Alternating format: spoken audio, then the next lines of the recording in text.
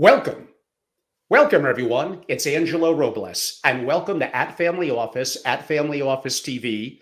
And for old school podcasters or those that drive a lot, Angelo Robles podcast on Apple and Spotify and most of your other quote unquote favorite platforms. And a special shout out to my members of SFO Continuity that get a chance to interact live digitally in the moment. And most cases, not this one, we're opening this one up, have a chance to hear or watch weeks before I make part of my quote unquote interviews public. Today, it's a special day. It's 11/4, November 4th, not just because it's my birthday month, in case you're wondering. It's the day before the US election in 2024.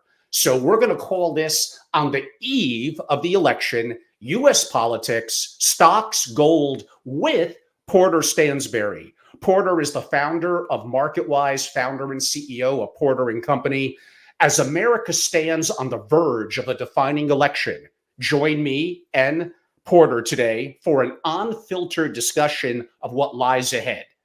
We look to unpack real implications for markets, wealth, national stability, and talk about, no matter what, if Trump or Harris wins. Porter brings his controversial insights and decades of experience to break down why he believes we're heading for a seismic financial shift and what you need to do to prepare. Porter, I've been looking forward to this for a long time. Welcome to the show.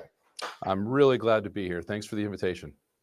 Let's get right to it. If Trump wins, and maybe I'm being a little over the top here, could federal income taxes with the deep state go away, replaced by tariffs? Oh, I'm just getting started, Porter. Elon cleans up probably trillions of dollars in government waste, and the U.S. Strategic Reserve holds 1 million Bitcoins by 2028. Of course, by hodling, they go up to be worth millions and millions of dollars each. CPI stays below 2%. And why not add to it? A new American prosperity begins. Is that scenario realistic or even possible?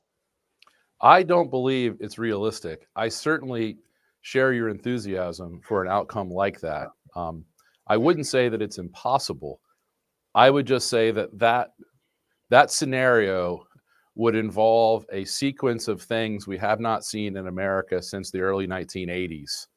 And like I said, I'm hopeful, but that would, an awful lot of things would have to go exactly right for that scenario to play out. And in particular, I don't think that you can have that scenario without first having a really big economic shock.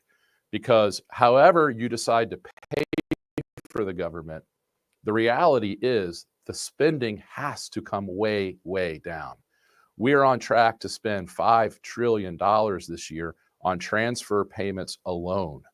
And that, of course, is about double what we take in income taxes, and it's equal, or it's 92% of what the total federal revenue is.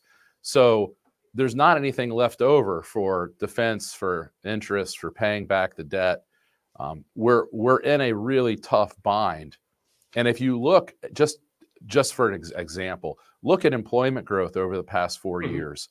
Virtually all of the employment growth in the United States has been government employees. Well, you beat me to the punch of my next question. Yeah, this is not the path to prosperity. The other thing that's really changed is in 1970, only 1% of the counties in the United States were dependent upon federal revenues, federal disbursements, federal transfer payments. Today, 53% of the counties in the United States receive more than 25% of all of their income directly from the federal government. In most places, America has become a socialist country. And there's going to be a shock. We need to get back to capitalism, but that entails a really big economic shock that I don't think people are at all prepared for. No, and reality is, if Trump was really perfectly telling the truth, by the way, you can't win. So you have to polish things up a little bit and then hope the government, the leaders in our country has the stomach for it. Like I said, I wasn't kidding. You did beat me to the punch. I believe the approximate statistics are from September to October of this year, the US federal government hired an additional 40,000 employees. This is hierarchy and bureaucracy. No matter what you think about Elon, I guess he's an imperfect person, aren't we all? To think that he wouldn't go in there and clean things up, but is the deep state. And actually, on that note, what is the deep state to you? The deep state is the weaponization of the intelligence agencies to influence domestic politics. And I, unfortunately, have had a front row seat to this. There are some good old contacts of mine that exist at the highest levels and that nexus between Wall Street and the federal government.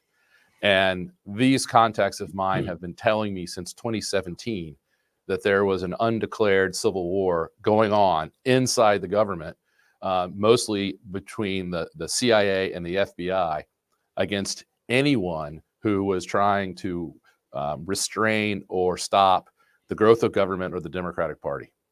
And my contacts told me that they were going to completely destroy Trump long before the Russiagate stuff started. So I think that it would be nice if someday that the truth of all that came out and the people who are responsible for those lies and for that propaganda had to suffer. But I'm not holding my breath for any of that. Likewise, I want everyone to know I am a very happy man. I'm newly married. I have a young child. I am not in any way, shape, or form going to kill myself. If we know something happens where you disappear unusually or claim something, Porter, I'm going to be standing up for you. I understand. And by the way, I do not mean to be insensitive to millions of people that work in the government. Some of them are useful, and we do need some level of employment. I get it in government agencies. And even Elon said, and by the way, I don't think the deep state's going to allow it. He might be able to make a dent, but I don't think he'll be able to do what he really wants to do because it's too entrenched. But there would be a severance and a package for people that would be short-term pain, basically for Americans, what you said earlier, for a long-term benefit. But the days of Americans willing to make sacrifices for the future appear to be gone. And on that note, I'm going to ask a very sensitive question. Do you fear that the day of the majority of voters one day will have no children? You have a kid or kids. I have kids. I have skin in the game. More and more people have no skin in the game. They care about them in the moment, tomorrow, maybe at most 1 year from now. Does this scare you? Yeah, I would go a lot further on this topic. I have thought about this quite a bit.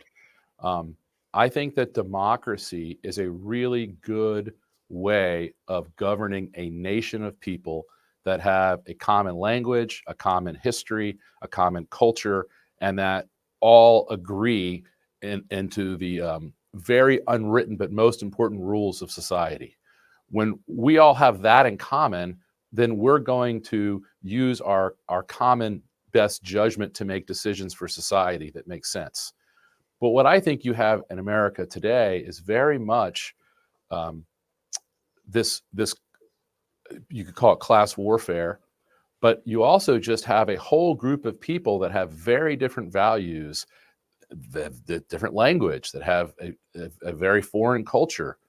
And those groups have been very successfully organized in our society politically to extract benefits from other people. It is unconscionable that in America today, 1% of the population pays for half of the government. That's just extortion. There's nothing fair at all about it. And you're not going to have any of that change because there is so much benefits to be gained by organizing politically as opposed to organizing in the capital markets and having to do things to create value. It's just so obvious that in America, it's a lot easier to become a grifter and to join a political party and to get what you need in life that way than it is to try to make a new product or a service or work hard. And that's the antithesis of what made America great. And I don't know how we can restore that because it's so entrenched. I mean, where I live in Baltimore County. You cannot go to Baltimore City. Baltimore City is more dangerous than Beirut. The people who run Baltimore City have nothing in common with any of the people who built Baltimore City. They don't believe in the same things. They don't treat their families the same way.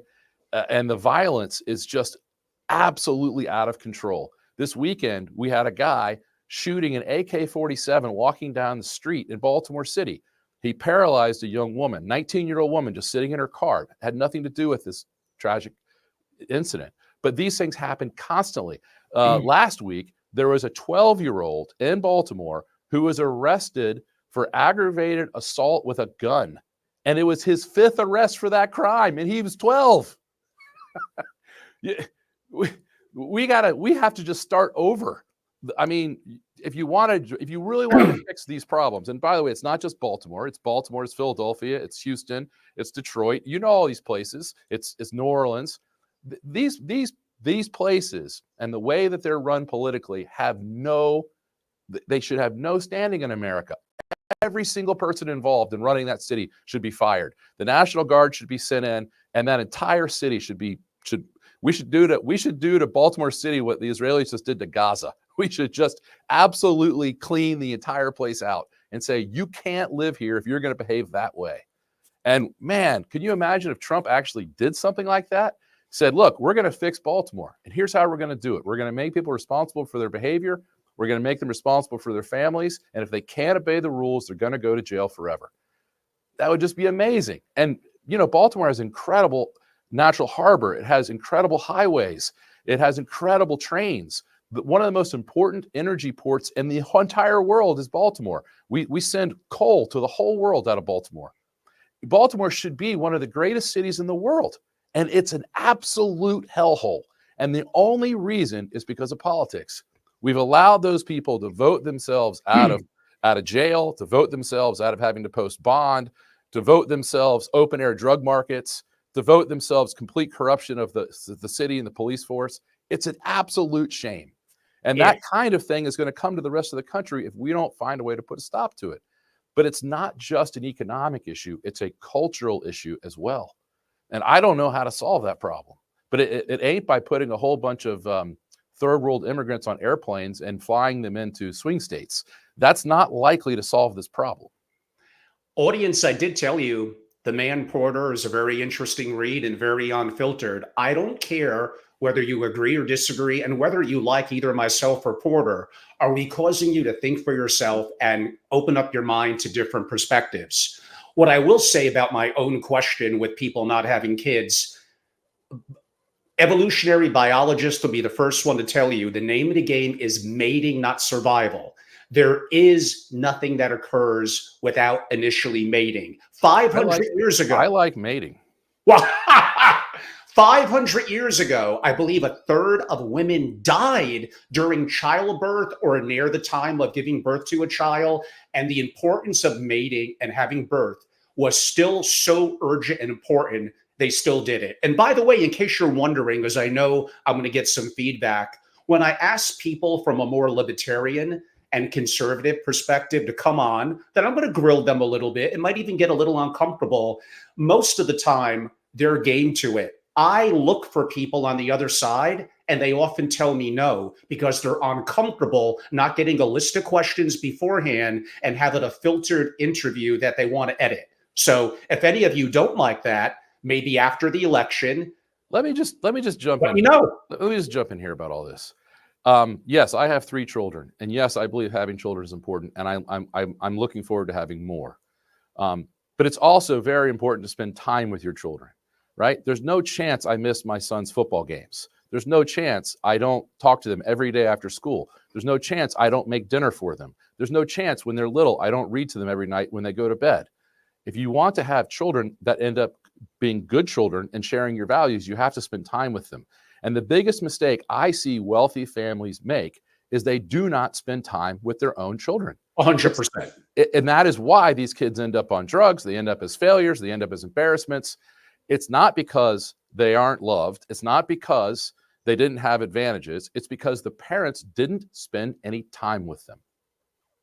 I love it. So, I'm going to take it a little different perspective. Without a unifying morality, in my opinion, societies fall apart. And this goes to something that I believe it was Murray Rothbard that stated, why do people obey the government so blindly? People tend to enslave themselves, to let themselves be governed by tyrants, because it's easier to put faith in someone else to order the chaos in your life. Your life is your responsibility. We all have chaos. Face it head on.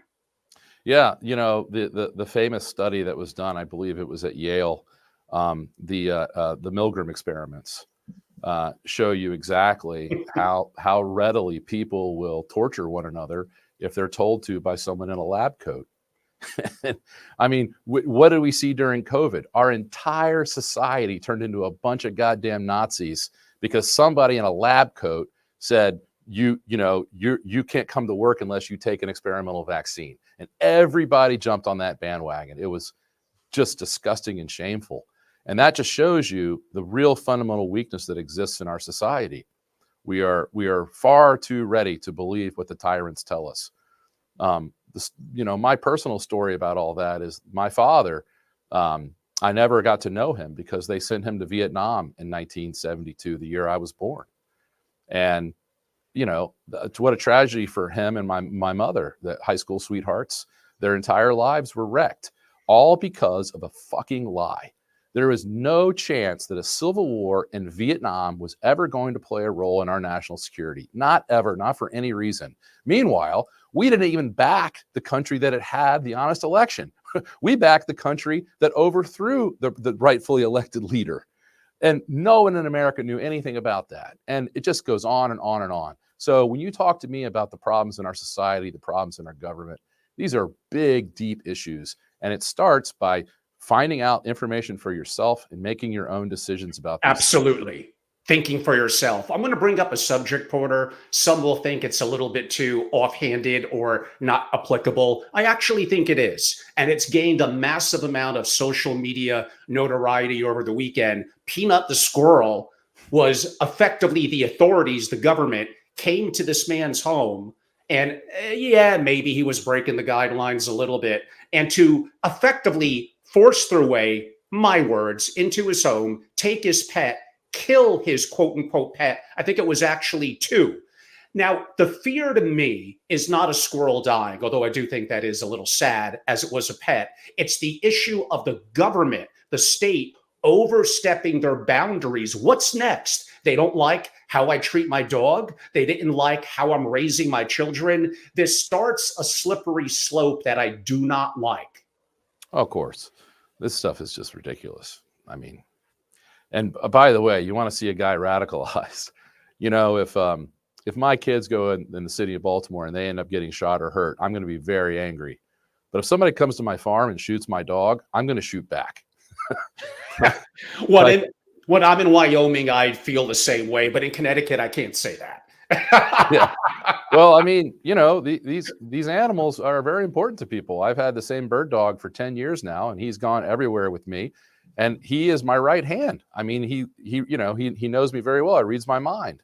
And, people get very attached to their pets. And it seems like the sanctity of your home means the government has no place at all. Now, obviously, if someone is mistreating animals, right? I mean, or if they've got a whole house full of pit bulls that keep biting the neighbors, there are obviously exceptions to this idea. But what happened to your house being your castle? And what happened to minding your own damn business? Apparently, a lot happened to it. And by the way, audience, long form interview, plenty to come up about gold, Bitcoin, investing, economics, global issues, wars. I just have a lot of topics and I'm a little rapid fire. More important things to talk about than squirrels. Well, although the big picture of what that leads to, I think actually is important. So approximately per the general population, I don't know, 49 to 53% of the people are going to vote Democratic for Harris tomorrow. Mm-hmm. The short answer is why. Makes no sense. Question. I just think it's propaganda. If you look at the biggest hellholes we have in America, they're all places that have been led by Democrats for decades. If you look at who is trying to start World War III, it's the Democrats. If you look at who has censored people's speech for a decade, it's the Democrats. If you look at who used the government security apparatus to target their political opponents, that's the Democrats. I don't know how any reasonable American could vote for Kamala Harris. First of all, she didn't even win any primaries. Right. She's not an elected representative of the people.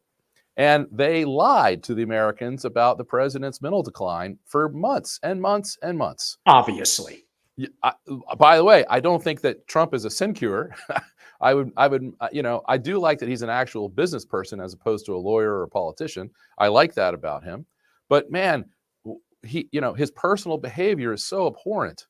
I think everybody in America is like, where's Ronald Reagan? Can we please bring him back from the dead? Can we please have a gentleman who understands what the role of government should be in society, who wants to see it limited, who wants it to run on budget, and who wants to stay out of people's lives. But meanwhile, we can be proud of as a president because he looks and acts the part. Porter, I completely agree. And for those of you that think we were being over the top to one side, I promise my next question was going to be, does Trump really have the moral character? Does he have the base of what he really talks about? He has flaws, and they're very obvious. When I'm asked by the wealthiest families in the world, generational issues with their children and grandchildren, and you hinted at it 10 minutes ago, it's spend time with your kids and grandkids and foster a sense of personal morals and character that need to be taught. And I have to admit, Trump gets very gray in some of those areas. He's not my perfect candidate, but I have to look at what my options are and I have to make a decision. Yeah, I mean, I'd settle for Bill Clinton. he was one of the best presidents we ever had. He got in a couple stupid foreign adventures, which for some reason presidents seem unable to resist.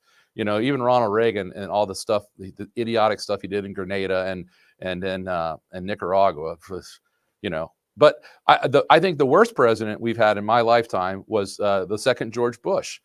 Guy was absolutely useless. So what you hear me saying is not about party politics. It's just about who can do a good job for the American people. Who's going to put government back in its place? Who's going to keep us out of war? Why in the hell do we have to spend so much money putting our troops all over the world? That's not going to make us popular with anybody. No, that is most certainly for sure. I think I'm not the only one who said this, but I guess we all watched the movie Caddyshack. Is someone like Trump almost like the Dangerfield character where he steps on both toes, both those that are traditional so-called Republicans, Libertarians, and Democrats? He's very unique. Now, we could all make the argument that is it of some concern that basically everyone that was in his cabinet appears to be against him this time? What would be your response to that? I think it's great. I think that the people he had in his cabinet last time were all big government, big state people. And I think he's learned not to trust them. So I'm very excited about the people that Trump has surrounded himself with. I think it's going to be great if you have people who actually know what they're doing in various industries who are advising the government on how to improve its performance.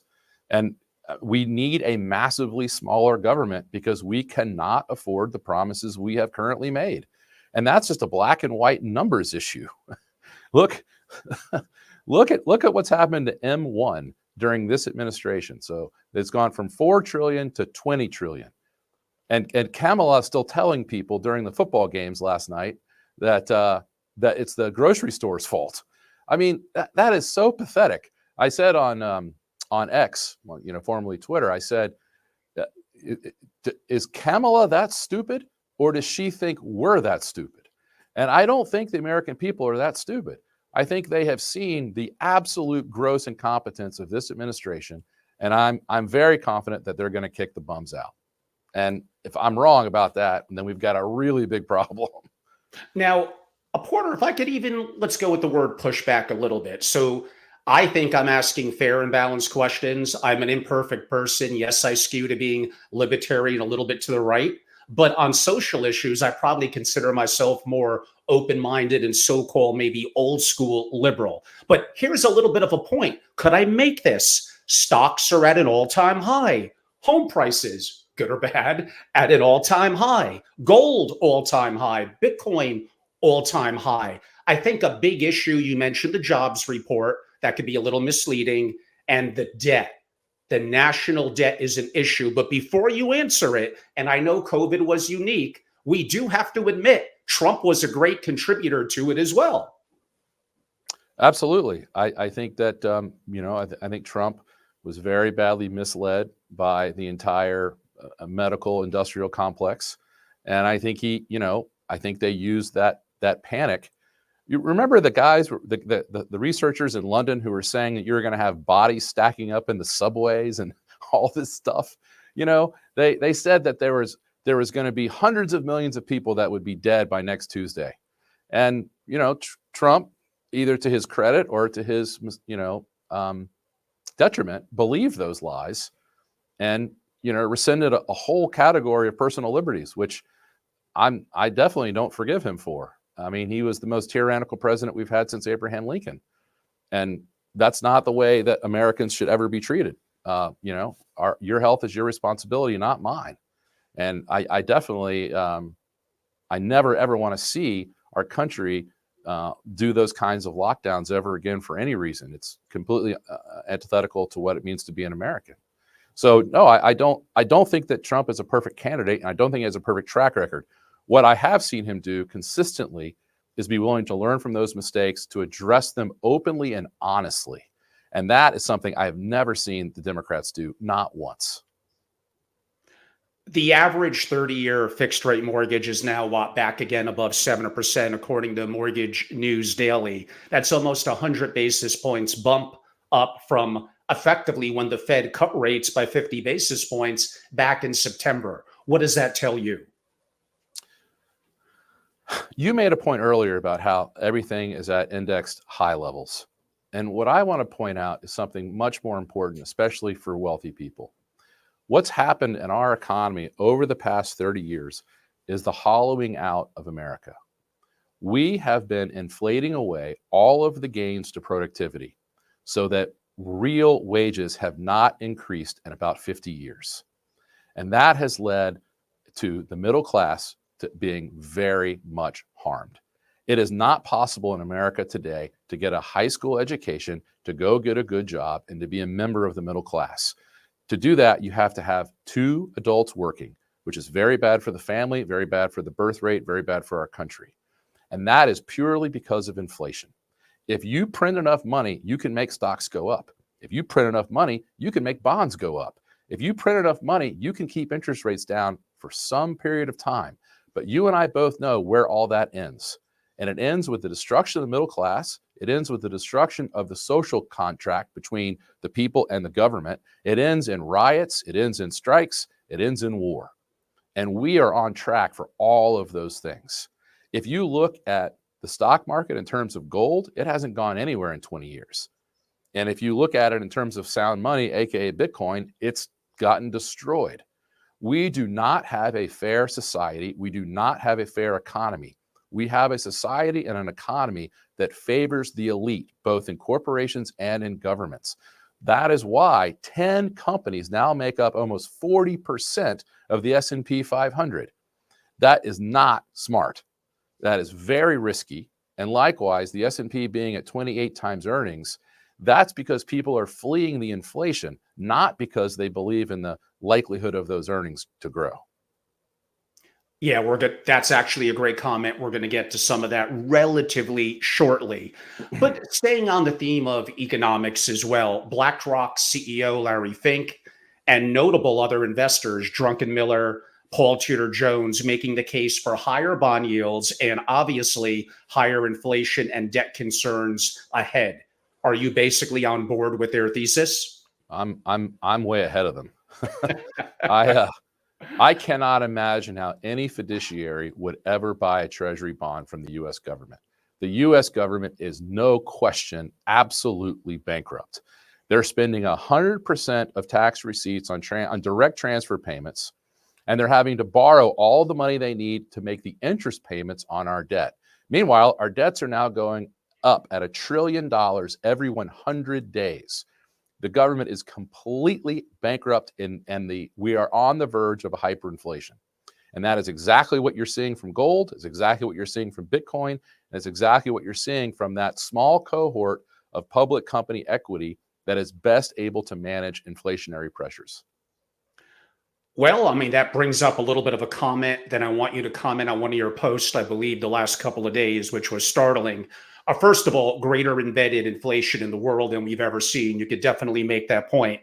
I believe you wrote this weekend, maybe it was Friday, something to the effect of effectively, what is the best way to get rich in America today? Selling the dollar short. And I believe you gave a pretty long on X synopsis of Michael Saylor, of MicroStrategy, what they're doing in Bitcoin, and why that kind of is intriguing.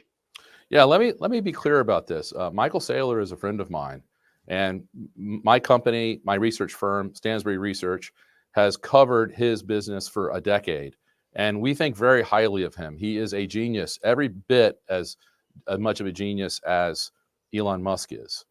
And what Michael Saylor figured out is something that we had been working on as well, which is the logical conclusion to a government where you have 1% of the people paying for everything, and they're going to lose every election. And the people are going to continue to vote themselves more and more benefits that cannot be financed. And you're going to end up in a hyperinflation. We're on the cusp of that right now. And Michael Saylor figured out that the very best bet to make is to leverage the dollar by borrowing it at fixed rates and buying Bitcoin. And he's done that with tens of billions of dollars. And he and his company are the very best performing business in the entire country over the last 4 years. And so I'll ask all of you who are watching this, bravo to Michael Saylor, and bravo, he has saved his shareholders. He has done his job as a fiduciary. But what does that say about our country when the most brilliant mind in the country, who is delivering the most amount of economic benefits for his constituents, is in the business of shorting America? This is how absolutely backwards our country has become. And this will not last. You cannot continue to run the government this way and the country this way. It will absolutely disintegrate. And people think I'm crazy for saying this, but I think you're crazy to not see it. We are heading into a civil war.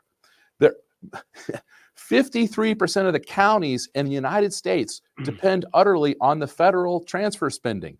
The federal transfer spending cannot go on without triggering a hyperinflation. So how are you going to tell half the people in the country that they're going to have to starve? It's not going to go well. When I looked at the opportunity in voting, and many of you think that I would just automatically lean one way or the other. By the way, I'm not embarrassed to admit, and part of it was my uniqueness in terms of being mixed, meaning half minority, being Hispanic. I did vote for Obama once. I have voted in the 90s for Clinton. Actually, my voting record in presidential candidacies is ballpark about 50-50. And I was open-minded to actually shocking, but being open-minded relative to Harris. There's two things that, well, multiple, but two that really stood out as a grave concern and a lack of economic knowledge. One would be the price controls that she spoke about relative to food. Now, that's different than price gouging during hurricanes, tornadoes. I would agree with that. But broadly speaking, price controls and the threat, and I know it's not going to happen right now, but the threat of taxing unrealized capital gains, when you really think through it from an economic perspective, and God knows what condition we may be in 10 years from now, where who knows if that becomes a reality. But those were two things that made it almost a definite no. And yes, in case you're wondering, I thought about sitting tomorrow out, by the way. Yeah, I think that's a very reasonable choice that you could make. And I don't know how to fix these problems. The one thing that occurs to me that would fix all of these political problems overnight is a very simple and equitable solution where you simply say, bring your 1040 or your 1099 or whatever your tax statement is to the polling place, and we'll give you as many votes as you paid in taxes this year. If you do that, then you're going to start running the country the same way you run a corporation, which is you get as many votes as you own shares. You have equity in the country because you've paid taxes, then you get to have a say. If you don't have equity in the country because you don't pay taxes, then you don't. And if you want to be a wealthy person and shelter all your income by borrowing money against securities and doing all the tricks that the friendly people at UBS will teach you how to do, great. Then you don't get to vote. Fine. I mean, by the way, I'd be happy to give up the right to vote if they would stop taxing half of my wealth every year. I would say for me, and again, I promise you, as recently as 2 months ago, I was ready just to say, this is very frustrating. I'm going to sit it out. Those two comments definitely didn't help from me going in the other direction. And I would argue, I look at some of the people this time, I hope, that Trump is bringing on the team. I admit I'm a bit of an Elon fanboy. Elon, RFK, Tulsi Gabbard, Vivek, who of course, I disagree with him on some things, but that man debating in a very cordial manner, very intellectual, is probably the best I've ever seen. Yeah. And I've been a little more impressed than I originally was about JD Vance. In other words, I simply think the team appears to be the better option, even if I may not be the biggest advocate of Trump.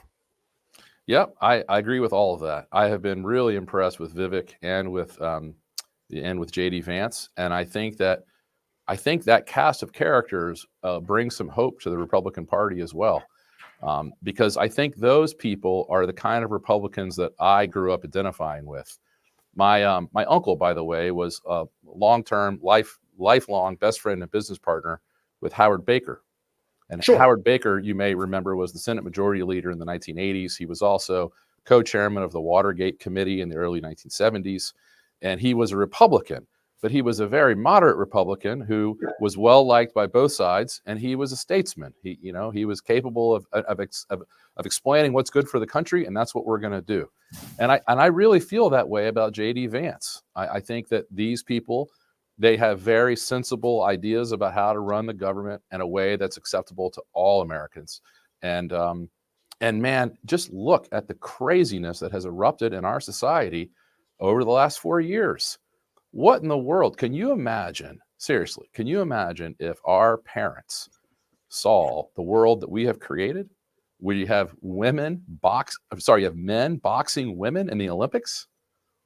What in the world has happened to our society? What in the world's happened to our society where you have a situation like Baltimore? I mean, it's just unthinkable that this is happening in America. Why are we sending $25 billion or whatever we've sent to Ukraine when it's not safe to walk down the street in one of our country's largest cities? What are we doing? And we got to have some sanity. We got to have a government that's willing to live within its means. And we got to have a government that starts doing what's best for the country instead of what's best for some politician's career or their political party. Porter, what does Warren Buffett know that apparently, I guess, we collectively don't? What's Buffett know? Yes. Oh, Buffett sees all this very clearly. He understands that none of this aggregate demand is sustainable because it's all a product of government spending, and government spending is now completely powered by inflation. This rate of economic activity cannot be maintained. We will destroy our currency if we keep doing this. And so you're going to have higher interest rates. You're going to have much less economic growth for a period of time. And Buffett sees all that. He also, of course, sees that stocks have never been more highly valued. And I believe, and by the way, you can if you think that my ideas about the likelihood of a civil war are extreme, I think that you're going to see Bank of America collapse in the next 6 months. I think you're going to have my next question again. We are going to have a major banking crisis. There is no way that we can continue to ignore $500 billion of losses that exist on the balance sheets of the banks. None more so than Bank of America. Look, folks, if you don't want to hear this, that's fine. But this is just math. Okay? The very worst trade in the entire history of the capital markets was when Brian Moynihan spent almost $700 billion of other people's money buying what I call COVID bonds. This happened in July of 2020. It's a matter of public record. I'm not making this up. He put an enormous amount of money into long duration bonds that were yielding about 1%. This is the dumbest thing that's happened since the British banking industry bought the British war debt in 1932. They also got wiped out. So How in the world, if you have inflation running at 4% by the end of this year, how does Bank of America keep its deposits when right now it's offering 0.04%? And we know it cannot afford to offer more because it has no interest rate spread already. And it's just crazy. Bank of America is paying 3.3% to foreigners for foreign deposits, and they're not paying anything to Americans. Well, sooner or later, the customers of the bank are going to go, what the hell's going on? Why am I losing all my money to inflation by keeping it in Bank of America? I'm going to take it out. I'm going to go to a different bank. I'm going to go to a money market mutual fund. There will be a run on Bank of America because it is the worst run bank in the country. And the CEO has been a disaster. Meanwhile, they've paid him more than $100 million since that trade was put on because they haven't had to mark the losses from that trade against the bonuses that he's been paid. It's an absolute crime. And if you go back and you look at the Berkshire Hathaway meeting from not this year, but the year before, they put up two signs, one in front of Buffett, one in front of Munger. And it said, held to maturity, available for sale. And what that was an inside joke telling the bank, knock it off with your phony accounting, fix the issue with these bonds. Of course, the bank didn't. And now Berkshire has sold every share of Bank of America they owned. And that was Buffett's third largest all-time investment. He's completely liquidated that. He's also sold most of his Apple stock, and he's raised the largest cash position of any corporation in American history. If that doesn't tell you that we've got bad things ahead, then you're just not paying attention. There's not much more I can do to help you. Let's talk a little bit about the dollar as the almighty quote unquote global reserve. But already global transactions compared to 5 years ago are down. They're about 70% now. For the first time in what feels to be a long time, maybe some competition from BRICS, depending on if they're going to back it with gold and commodities. And the BRICS appear to be greatly expanding beyond the traditional Brazil, Russia, etc. So I guess it's inevitable. Nothing lasts forever. But do you think the dollar is on its last legs? And really, are the BRICS in the next year, 5 years, going to replace it? Yeah. So I've been writing about this since 2011. The thesis I wrote back then was called The End of America. And I wrote it because of the way we handled the banking crisis, going back to the collapse of Fannie Mae and Freddie Mac. When we began to finance our bailout by buying our own bonds with our own currency, when we began to monetize the debts of the banking system, we converted a whole bunch of private losses into public losses. We socialized all of those bad mortgages. And in the process, we began a cycle of inflation that we know from history cannot stop. If you go all the way back in American history to the Massachusetts Bay Colony, the very first time we experimented with paper money was the winter of 1695. The Massachusetts Bay Colony thought it'd be fun to go up and raid Quebec and take a bunch of stuff from the French Canadian traders up there. Unfortunately, they got their asses beat, and they limped back to the Massachusetts Bay Colony, 5,000 people who were tired, injured, and hungry. And the leaders of the colony were facing a mutiny. So what do? They printed up a bunch of paper, and they said, this is legal tender. We will never print any more of it, we promise. And everyone has to accept this currency this winter. Meanwhile, we're going to get on a boat, and we're going to go to the king in England, and we're going to get the gold that we need to back it, and we'll be back in the spring. Well, you know what happened next. They didn't get any gold. They kept printing money, and by 1720 or so, there was so much inflation in the colonies that the King of England passed a law against paper money. And that tradition made it all the way into our Constitution, where the dollar was legally a weight of silver. And so we have a long history of failed experiments with paper money. And there's no question that when you begin to monetize your debt, this is what happens. And every collapse is met with still more paper. And each time it's 10 times more than last time. And this is exactly how you get to Zimbabwe. This is exactly how you get to the collapse of Weimar Germany. This is basic economics, and it's so ridiculous that we have to continue learning these lessons. But America is on that path, and we have not done anything to get off of it. And the two choices are, you either have to have a very tough deflationary collapse where you establish a new monetary standard, or you're going to have a hyperinflation. And as you know, the politicians are always in favor of printing more money and spending it. So that's what's going to happen. Okay, but still that potentially leaves, could I make the argument with our massive deficit, the one thing that we're hanging on to a little bit is because the world effectively settles in dollars, that gives us some level of control or kicking the can down the road. Inevitably, again, what did I say earlier? Nothing lasts forever. Is that 1 year, 5 years, 50 years, 100 years? I'm not sure. I don't know, if not the BRICS and or partially backed by commodities, could you see the World Bank or an entity creating an SDR, a basket of oil, gold, commodities? What do you think could knock the dollar off its perch? Where have you been? Bitcoin's already done all that. And Okay. by the way, why would I rather go live in El Salvador right now than live in Baltimore? Well, it's safe. They put all the damn gang members in jail, and they have real currency. They've got Bitcoin.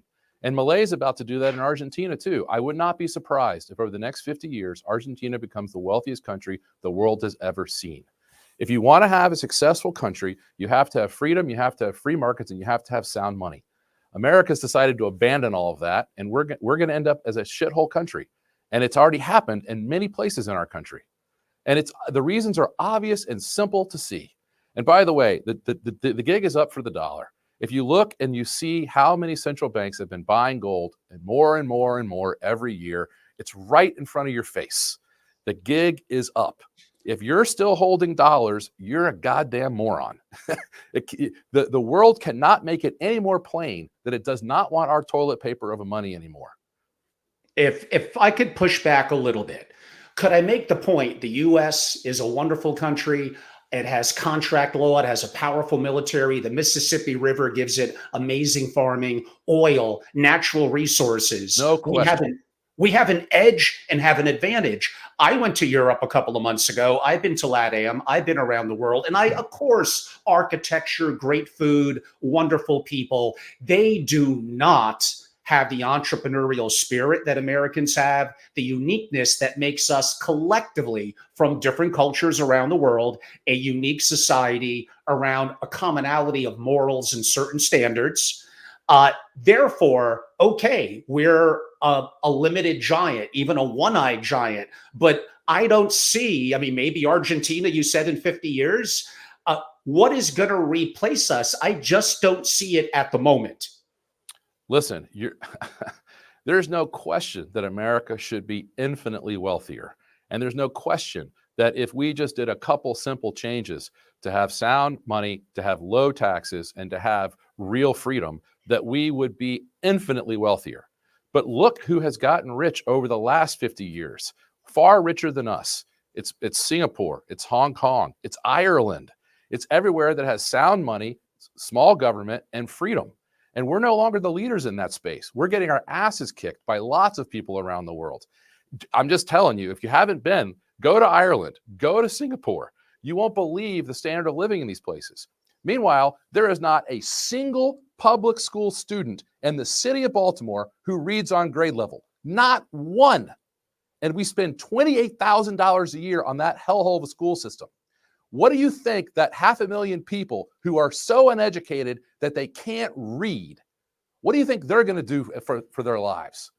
We've got a large portion of Americans who are utterly unprepared to live in the modern world. And all they're going to do is just create enormous social problems for us. And we're completely out of our minds. We will not address these issues. And instead, what are we doing? We're taxing the rich. We're giving out money to the poor like Robin Hood, and we're bankrupting ourselves in the process. And there's not one single wealthy person I know that's not actively looking to get out of America. That's true. And you know that if you talk to your family office people. If you've got at least $100 million, you're looking to get out of this country. You're not looking to invest in it.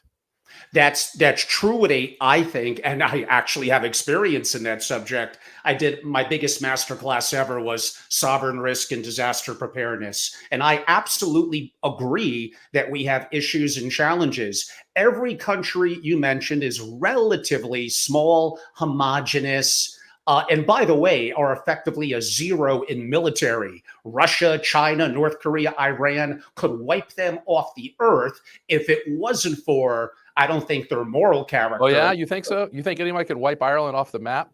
The Romans tried, didn't work. The British tried, didn't work. Nuclear weapons. Ain't nobody getting rid of the damn Irish. And those people who think that they're going to allow that immigration to occur, they're fucking wrong. You're going to see a real civil war in Ireland, just like you do every 50 years when somebody tries to fuck with those people.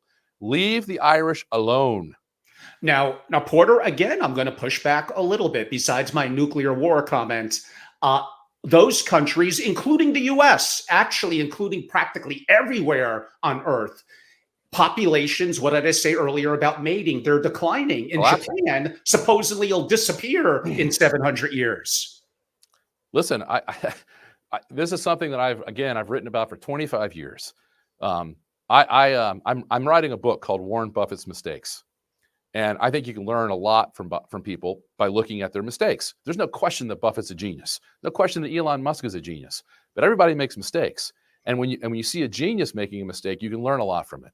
The biggest mistake that Buffett ever made was that he genuinely believed in the risk of overpopulation. He believed it so much that him and his charity bankrolled abortion clinics all over the United States. And those abortion clinics, by the way, have created a holocaust for Black Americans, a holocaust. The Black American population should be double what it is today, but they've had something like 20 million abortions in the last 25 years. I mean, it's just crazy, what they've done.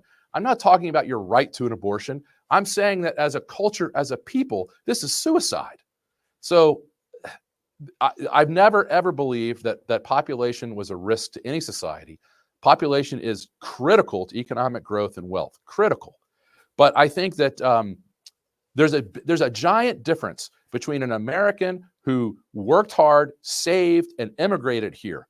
And by the way, I married an immigrant. My wife worked very hard to come to America.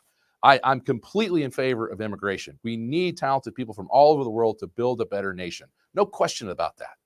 But there's a gigantic difference between the Cubans who fought to get to Florida, after Fidel Castro, and the idea of emptying the jails in Venezuela and flying the people here to swing states. Those people are pawns in a political game. They're not the people who are yearning to come to America and work hard. And I hope that, of course, I hope the best for them. I hope they're able to integrate, and I hope they're able to help us build a better country. I don't wish ill on anyone, but what you've seen happen with immigration, both in Europe and in America, I think is much more likely to be a cause of conflict, not a resolution to growth. Back a little bit to the U.S. election. So it's going to come down to probably ballpark 7 or 8 states. So the amount of money in both candidates going into for probably to swing 500,000 to 1 million votes is actually a little sickening. You have the blue wall states, you have Georgia, North Carolina, Arizona, Nevada, and obviously probably the big one, Pennsylvania. Really, the simplicity of my question, tomorrow, and I guess we'll know a couple of days later, who do you think is going to win, and how would that make you prepare no matter which candidate wins? I think that Trump is going to win at an unprecedented landslide. I have never in my lifetime, I have not seen a political candidate as unpopular broadly as Kamala Harris is.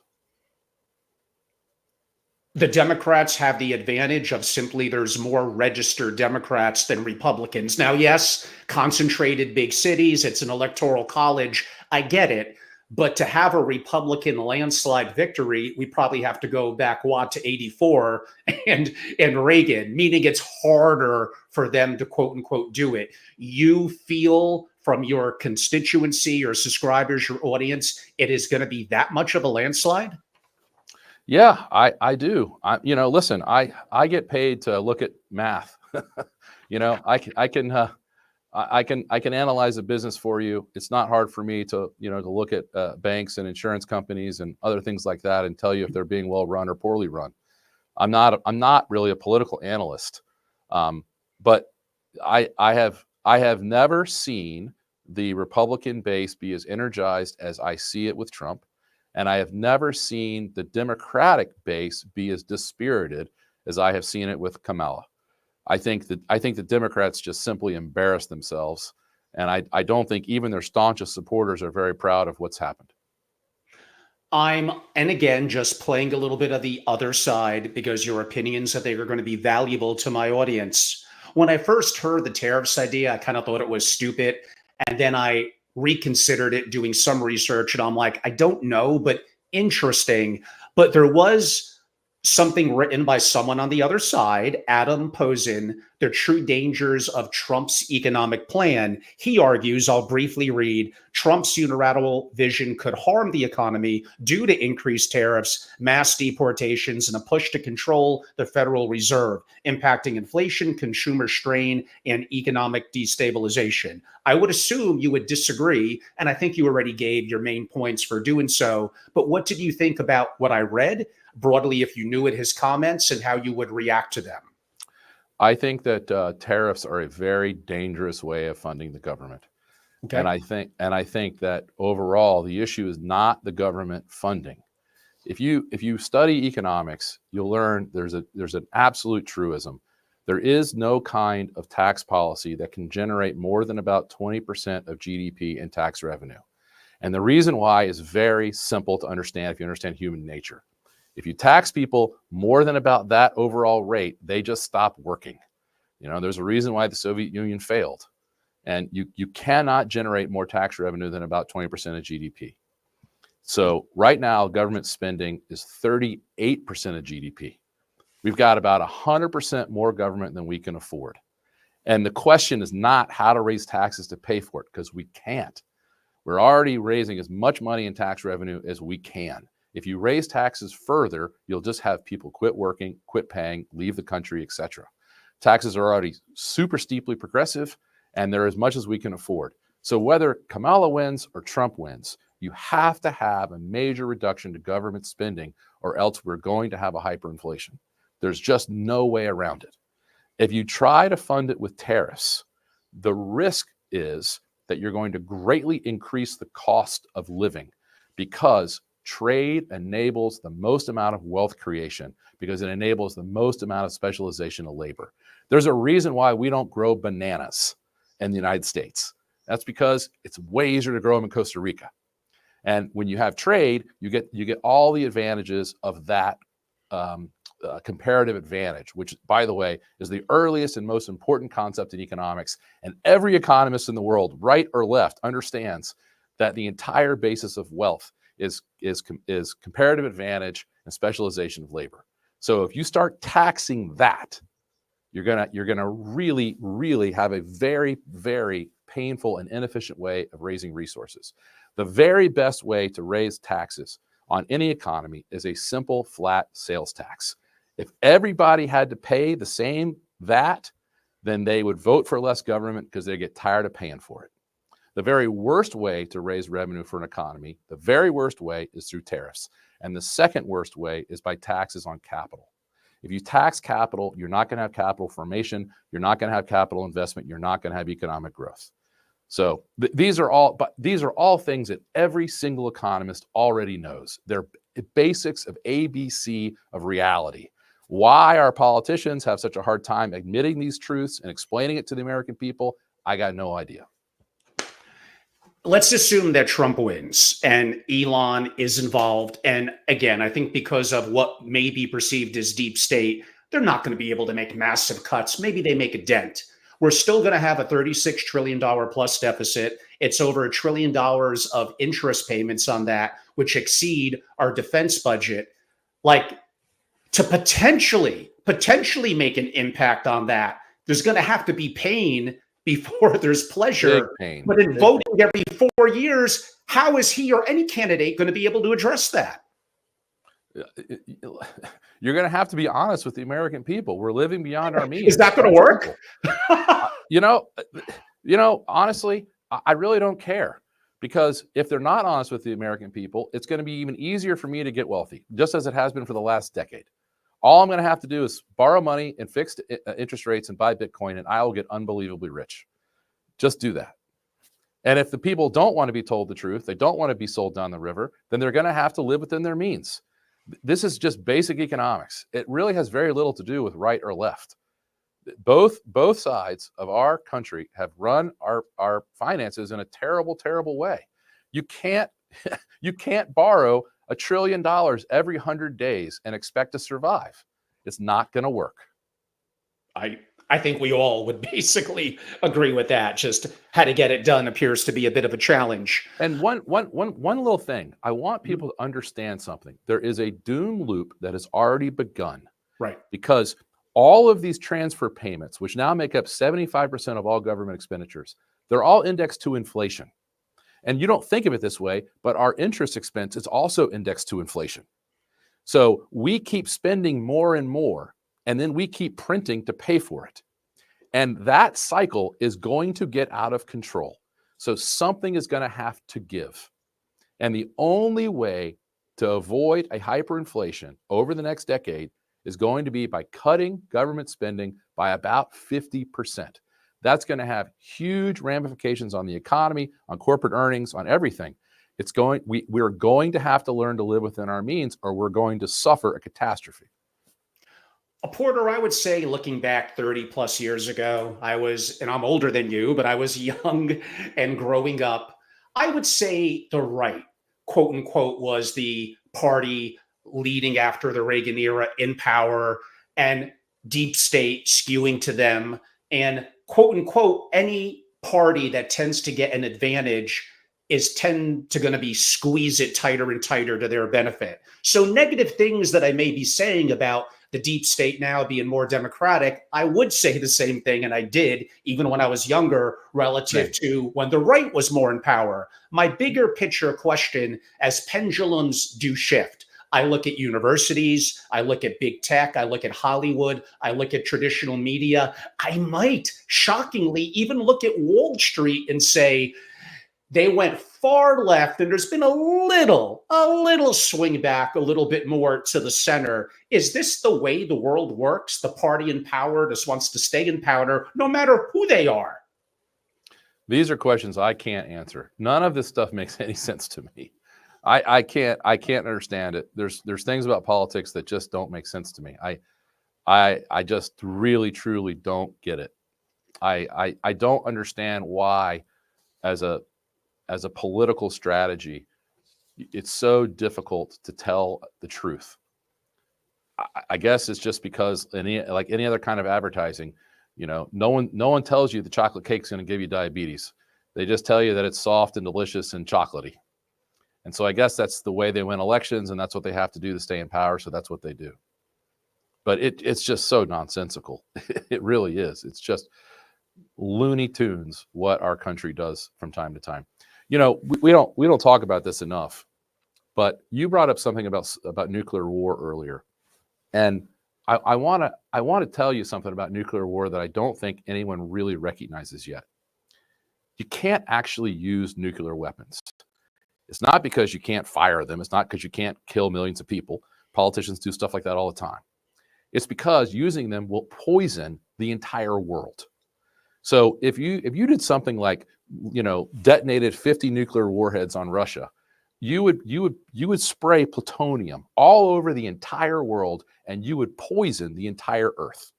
And by the way, this is not my opinion. This is fact. You look at what happened to all of Western Europe because of Chernobyl. Well, that's not even one nuclear warhead going off. You can't use nuclear weapons for the same reason why you can't use biologic weapons, because you end up killing your own people. So the nuclear weapons are completely a myth. They are totally a product of the deep state. We built 71,000 nuclear weapons that we can never, ever use. And in doing so, we spent about $15 trillion from the 1950s until today. And they did that by telling the American people that the Soviet Union was going to destroy us or threaten us. Meanwhile, the Soviet Union didn't even have a single aircraft carrier. They couldn't even feed their own troops. They had to import grain from us to feed their army. And yet we're spending all this money to build nuclear weapons that we can't even use.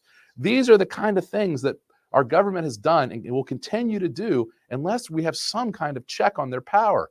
We need a return to sanity. And it starts with just saying to them, you can't spend money that you didn't collect in taxes. Why is it so difficult to have a balanced budget amendment?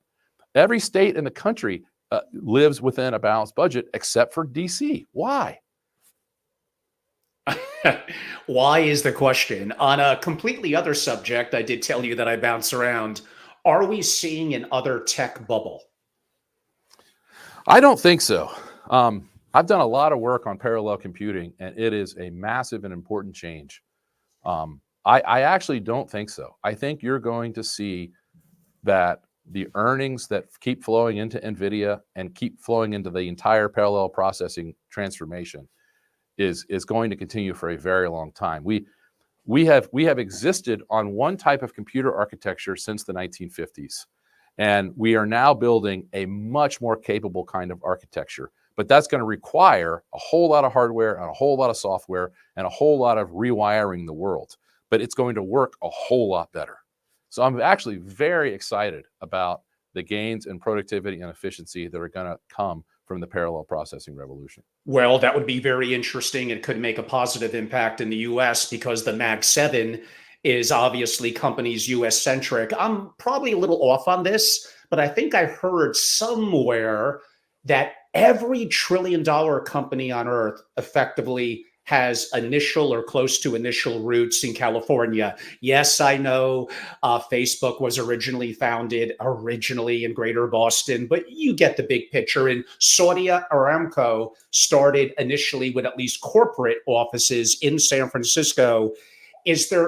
Is that part of the American spirit? As much as we may kick California a little bit for often what we deem to be stupid politics, is there something in the air of entrepreneurship, of tech, that is driving all of these gigantic companies, NVIDIA and others that you mentioned? Yeah, it's just wealth.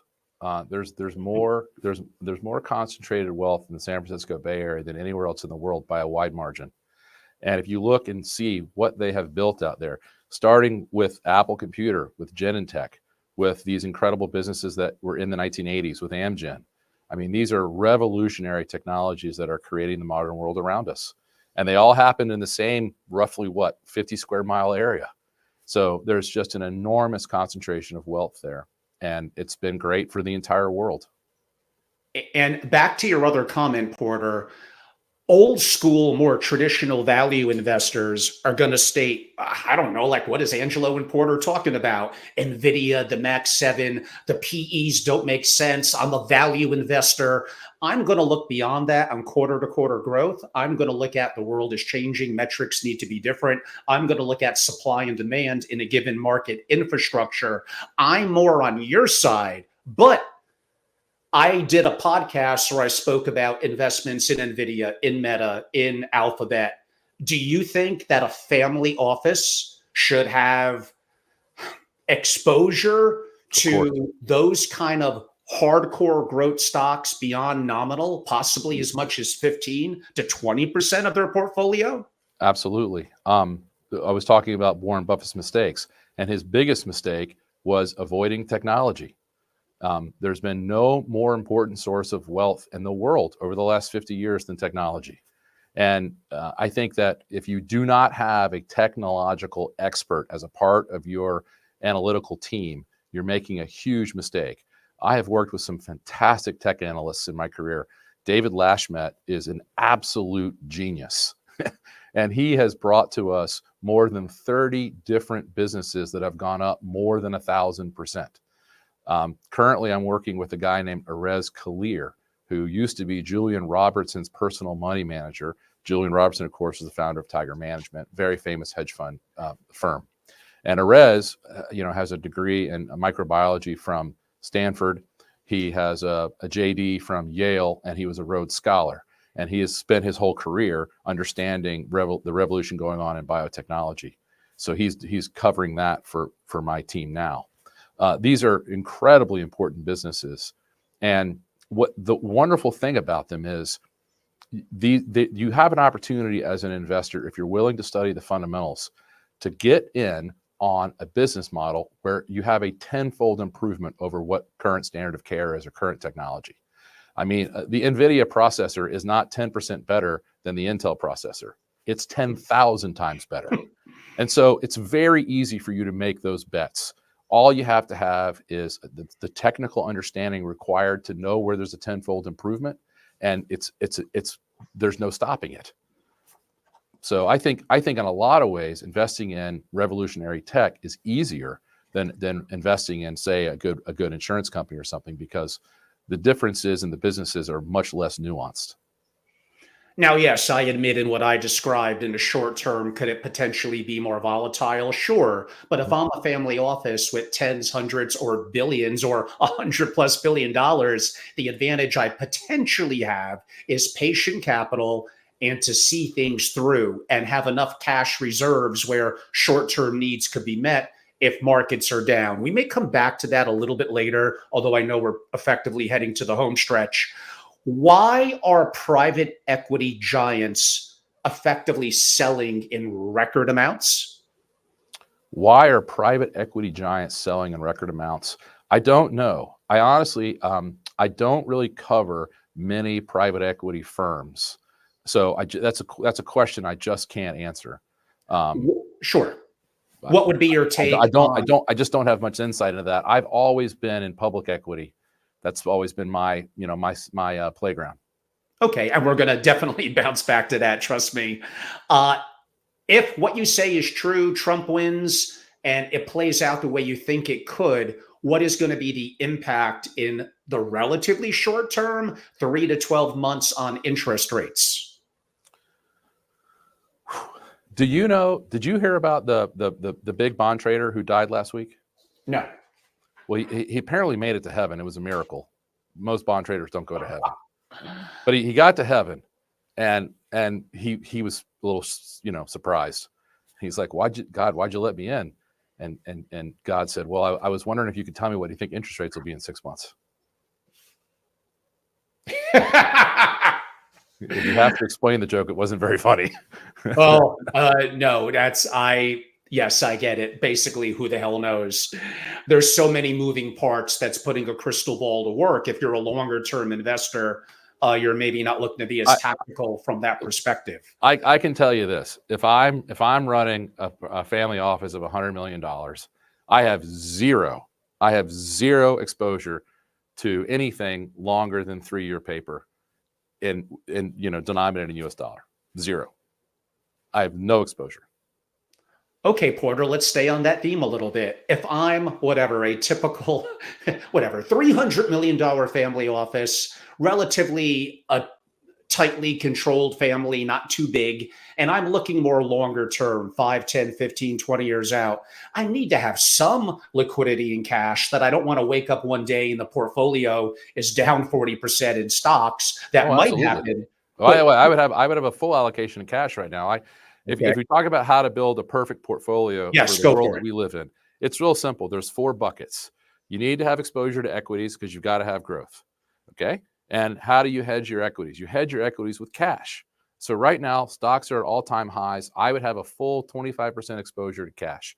Wow. Cash for me is durations less than 3 years. So you can buy SHY if you want to just put it all on one ETF. It's short duration paper. You're not going to lose any money. The yields on that are going to be around 4%. They're going to just cover inflation. It's just cash. Great. So you're hedged. And by the way, you're expecting for stocks to roll over at some point soon. So you can then allocate the cash back into more equity. Okay. So you do have inflation risk though. So you hedge your cash with gold. And if you don't want to do gold, you can do gold streamers like Franco-Nevada, always a good choice. You can also include some Bitcoin in there if you believe like I do that it's superior to gold. But you want to have 25% more or less in something, gold, silver, Bitcoin, that's impervious to inflation. And then you would normally have an allocation into bonds as well. And you could see that, you could, if you want to think of it this way, that your equities are being hedged by your cash, and your bond portfolio is being hedged by your gold and your precious metals. And that's a great way to think of it. So 25% would normally be into bonds. I don't think you can safely own bonds right now. I think they're uninvestable. Not when the Treasury is out of control, not when they've shown you for the last 10 years they're going to print money. So it's uninvestable. So what I would do instead is I would own really well-run insurance companies, because what insurance companies are, and by the way, not talking about life insurance, talking about property and casualty insurance. So this is a really good underwriter on top of a big pile of bonds that are actively managed. And so a guy like W.R. Berkeley has been managing bond portfolios since his Harvard dorm room in the early 1970s. And he's going to do a much better job as a bond investor than you can. So just let him. Just buy W.R. Berkeley. And by the way, if you've had a big allocation to Berkshire over the years, that's another way of doing it, of course. I don't believe that Berkshire is investable right now. They've got huge problems in their railroad. They've got huge problems in their power company, and they've got huge problems in their insurance company. You're going to be much better off, instead of owning Berkshire, just owning half Apple and half Progressive, because Progressive is kicking Geico's ass up and down the block right now. So that's a great replacement for Berkshire if you, like me, are a little unsure about what's going on with Berkshire these days. Do you think that family office level investors, I mean, it's kind of been proven, investing in a broad index, which you're liquid, you're extremely low fees compared to long short managers and other 2 and 20 structures where you're more tied up. In the 90s, early 2000s, you might have got some arbitrage with incredibly talented managers with an edge. Now it's getting harder and harder. I know you're not as much into venture capital and private equity. Venture capital's been a bit challenged. Private equity's done well, but I've always argued, and it may be different for the $10 billion plus family office, I get it, that there is tremendous opportunities in the public markets, even in today's market. Volatile, yes, but if you have a long-term time perspective, and I get asked, could I get so-called venture capital-like returns in the public markets? I did a program last week where I showed you absolutely could. Is it more volatile? Yes. So your perspective, do sometimes larger investors and family offices look, I don't know if I'd say the easy way out, but let's buy Big Blue. Let's give it to a 2 and 20 structure. I'm not going to get fired. It's not my money. No skin in the game. Let me get 6-7% a year and not be too volatile and be happy. Are they wrong? Is it understandable, or might they be more tactical? Man, how many managers have beat the triple Qs in over the last 20 years? Probably 3 to 5% net of fees. Almost none. It's just, to me, I do recommend individual stocks. I do try to beat the market in my newsletters, and my audited returns suggest that I've done pretty well. But for most people, I think that having 80% of your equity allocation into the S&P or into the triple Qs is a no-brainer. It's very difficult to beat those indexes, especially given the tax efficiency of owning them through the ETFs. I don't disagree, but the opportunity of course, we all think we're smarter than the next person, and there's a level of excitement in quote unquote in the stock market. But I'm glad you said that, and may create some opportunities for us to have a future follow-up. We're probably going to end within 10. I also just say, I really do believe it's very important that you remain an investor. So let's say you've got $100 million. Okay, great. You've got 25 million of it in insurance companies that are well run. You're going to earn 12 to 14% a year over time in that portfolio. That's great. You've got cash, which you're not going to earn anything on, but you're going to smooth out the cycles by investing in equities when they're cheap and by harvesting equities and then when they get expensive. And then you've got, unfortunately, you have to hedge the dollar. So you're in gold, you're in Bitcoin. That's great. And you've done very well with that this year, but some years that'll be flat and some years that'll be down. And then you've got equities, which is really where you generate future wealth. And if you own, let's say you own half the Qs and half S&P, you own a bunch of great businesses and you're diversified. You could also do something, I really like the quality ETFs. There's Moat and there's QUAL, quality. I can't remember the sponsors, but they just do a real simple quality screen. So it's not just market cap weighted, it's market cap weighted with an emphasis on quality businesses. Makes a lot of sense to me. And then of course you've got capital. So you're getting paid dividends. There's money moving in and out of that portfolio all the time. So then what I would do is I'd read somebody like Dave Lashmet, like Porter Stansberry, like Erez Kalir. And when they come out with a really great new opportunity in business, then you can take a bet on something for 3 to 5 years. Okay, this is going to produce outsized returns. This thing is so much likely to outperform. I'm willing to take a bet on this particular business. And I think if you're not willing to bet on individual businesses, you're missing out on huge important opportunity. There are things that are world changing. There are things that go 10 to 1. And if you spend a little bit of time reading and thinking, you can find them. I completely agree. I believe it's you, Porter. I might be wrong.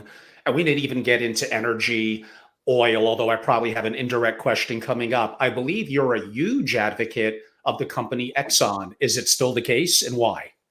No, I'm not a huge advocate of Exxon, actually. Exxon is one of the greatest businesses ever in the history of capitalism. I'm not suggesting that you're not own Exxon. I just don't think you're going to have market-beating returns in that business. It's too capital intensive, and there is too much innovation moving away from oil. I actually think you're going to do much better with nuclear power and with natural gas. So I've been a big proponent of a business called BWXT, which is the leading provider of nuclear facilities to the U.S. Armed Forces, and they're going to be leaders in the small modular reactor space. Over the next 30 years, nuclear power is going to have an enormous renaissance, and to get us there, we're going to need to use a lot of natural gas. So I'm also a big proponent of a business called EQT. The story of the Rice brothers and EQT is one of the greatest American business success stories ever. And it happened just in the last 20 years. These three brothers took over, they built a private oil and gas company called Rice Oil and Gas. And then they took over a large antiquated public company, EQT, which was one of the first city gas companies. It's the gas company of Pittsburgh. And they ended up buying the largest portion of the Marcellus Shale from Chevron for about $800 million in the middle of the COVID panic. That was an $8 billion asset they bought for $735 million. And in the process, they became the world's leading producer of natural gas. So they produce more natural gas even than Qatar, and they're a private company.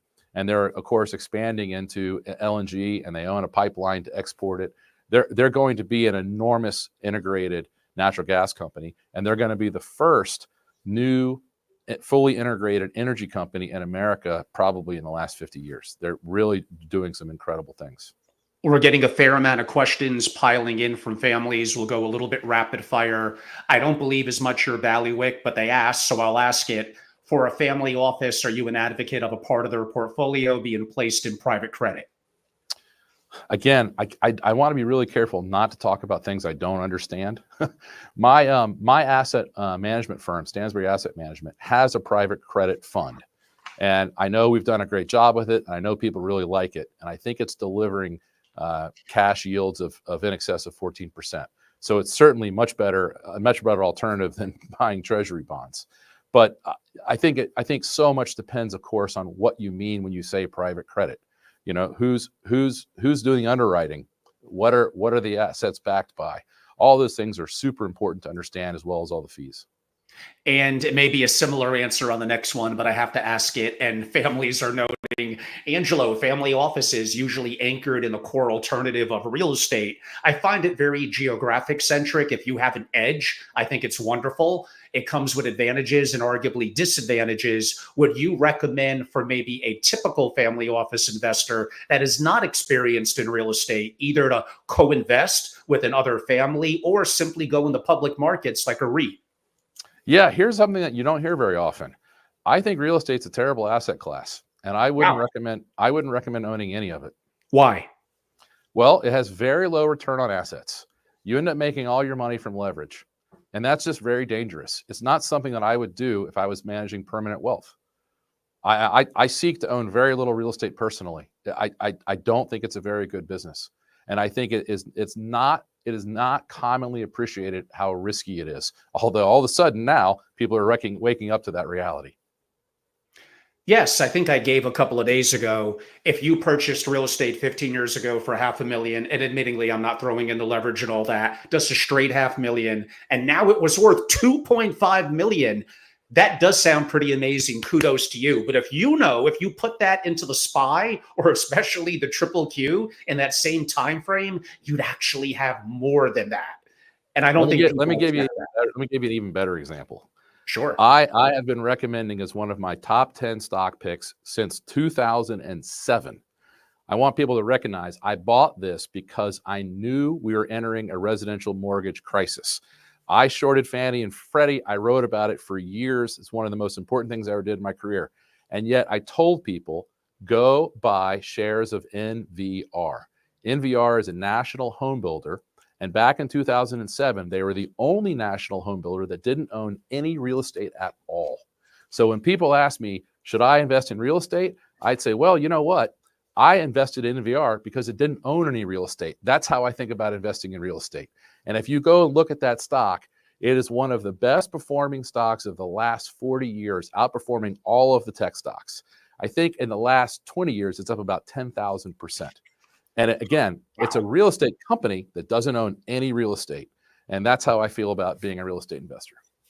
Porter, I think I got about 4 rapid fire questions left, and we'll wrap it up. And I'm going to go a little off topic, then back to investments. In your view, how effective is, if at all, the IMF in promoting global financial stability, and what improvements can be made, if any? Oof. Boy, we could spend a whole afternoon on that. I think the IMF is one of the great crimes ever committed on the world, and I think they should just blow it up. It's a shame what we have done to our trading partners and our friends around the world through that entity. It's ridiculous. We loan them our paper money, which then they buy all their stuff from us, and then which we foreclose. The IMF has graced Argentina 26 times in the last 50 years and has greatly impoverished that country. And everybody involved in that institution should be ashamed of themselves. When I have on macro thinkers, economists, and others, it's what almost always gets different answers is, what is an inflation hedge? In reality, we could look at different blocks of time, 1, 5, even 10 years, and it's one thing, but not another. Some say gold, some say silver, some say farmland. In theory, depending on what I'm looking at, they might be right. Could I be a little different and contrarian, Porter, and say that stocks are actually... Oh, absolutely. That's the real inflation hedge. You just got to give it sometimes 10 years. It's not. People really ignore what an important role equity plays in asset protection. People say to me, "Oh, I'm going to own lots of gold because I'm afraid of the dollar." Well, how'd that work in 1933? All the gold got seized. And by the way, I don't know what will happen, but I would not be at all surprised to see that the government makes Bitcoin against the law. I don't know how they're going to seize Bitcoin because you can hide it so easily, but I can imagine that they're going to attack it because it's so competitive with their paper money. So, but the thing that won't get seized is, no one's going to seize Exxon from the shareholders. No one's going to take your stocks away from you. That's just not going to happen. Likewise, they're not going to seize farmland. They're not going to seize timberland. I think having a mix of real assets is important, but I think equity should definitely play a role in all of your asset protection thinking. And for my little comment, especially for $1 billion plus families, basically concurring with Porter, at that level, I would look at physical ownership of gold in and out of the banking system and out of country. And yes, I would look at unique structuring, ownership, and storage of fine art, but a subject for perhaps a little different time. For big families, also one of the very best. I just said I don't invest in real estate. So I'm contradicting myself here. But one of the nice things is you're allowed to own foreign real estate, and you don't have to report that anywhere. You do not legally have to report a foreign real estate asset, and so that's another good asset protection hedge. Porter, is the price of Bitcoin, silver, gold, is it suppressed, artificially suppressed, and why? I've had people say these things about silver for years and years and years and years. And again, it's just something I don't know. I'm not involved in the trading of silver that way. I am very good personal friends with Van Simmons, who's one of the largest coin dealers in the entire world. He invented the professional coin grading system, PCGS, which is, I think, everyone agrees it's the highest standard in grading coins. So, Van and I have talked a lot about the difference between the gold price and the price of gold. And there's definitely shenanigans that go on, and the price of paper gold versus the price of physical gold. But I can't explain why. It could be normal market dynamics. It could certainly be somebody trying to game the markets. I don't know. As far as Bitcoin goes, I've been pretty successful in Bitcoin by figuring out what the average cost of production of Bitcoin is. It depends on the hash rate. It also depends on your energy source. But I try not to buy Bitcoin when it's above what I believe the average cost to mine is. And so for me right now, that's about $55,000 a coin. And obviously Bitcoin is much higher than that right now. So I wouldn't personally be a buyer of Bitcoin today, but I have been a buyer of Bitcoin for many years. And I definitely think it is superior to gold in every way. And Porter, I promise we're almost there. Some guests don't like the question, and it's okay if you want to pass on it. One got actually very annoyed. If you could have a dinner party with one historical figure in the world of finance, who would it be? JP Morgan. Why? Because, he was there at the very beginning of our country's economy. He was there at the beginning of the dollar, the beginning of the global financial system. He saw everything under the sun. And he also famously said, I would never sell short America. And it's funny to see that, that was our greatest financier in the early 1900s. Our greatest financier today is the guy who shorted America most successfully. I think that says a lot about the problems of our country and where we are today. And I'll get your opinion in case you're writing, talking about it, and investing in it. GLP-1 drugs, weight loss drugs are beyond trendy, doing very well. I look at that play, a biotech play, the future, how AI is going to enhance things. Do you look at a company like Lilly and others as being good investments? Yeah, I'm really proud to say that we got into GLP-1 drugs in 2016 because of the work of an analyst I just was mentioning, David Lashmet, who has just done incredible things for us in that space. A big thing that Dave is working on right now is he is convinced that the low Earth orbiting satellite revolution is just getting started, and he thinks that that Globalstar and Apple are going to beat Starlink to the first cell phone system that's completely satellite driven. So there's just lots of opportunities in technology. It's a great space for people who have patient capital. And I would encourage everybody to get a good tech analyst, or if you need one, come see me at Porter & Company. We have some great tech analysts.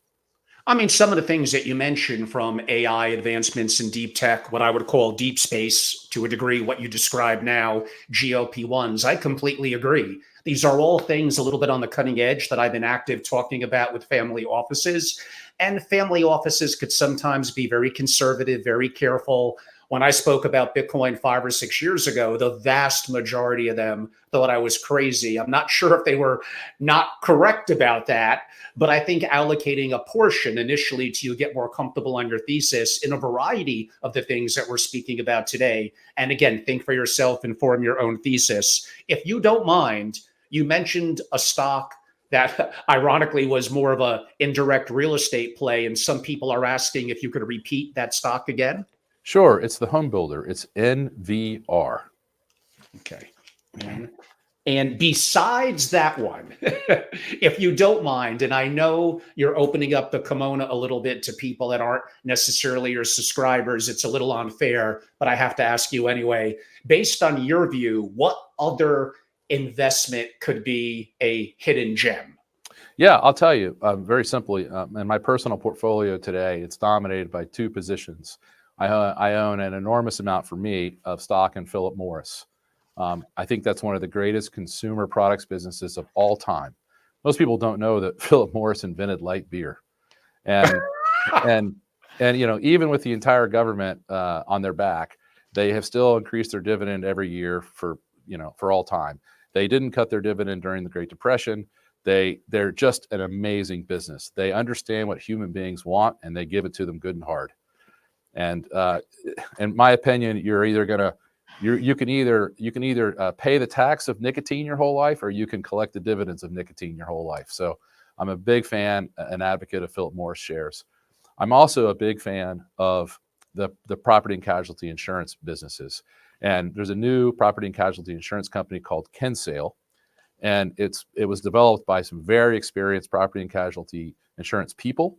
And for a variety of reasons, I believe it's going to be the best performing property and casualty insurance stock for the next 20 years. So that's a really, really very simple way to protect yourself from inflation and to earn equity-like returns in just 2 stocks. And those stocks, by the way, are going to produce a beta that's about half of the market's volatility, and they're going to give you a return that will easily outperform the S&P 500 for the next decade. And we have a lot of new people. You're welcome. You're welcome, everybody. By the way, everyone says that can't be done. Everyone says you can't have low volatility and market-beating results, but they've never heard of Philip Morris, because Philip Morris has been doing it for 100 years. Wow. No, those were very helpful. And I am going to have a close from my perspective in about 1 or 2 more minutes. And I know we have a lot of new people live and others that will hear this that are newer to me, that I do have some closing comments and opportunities to engage that many of you haven't heard.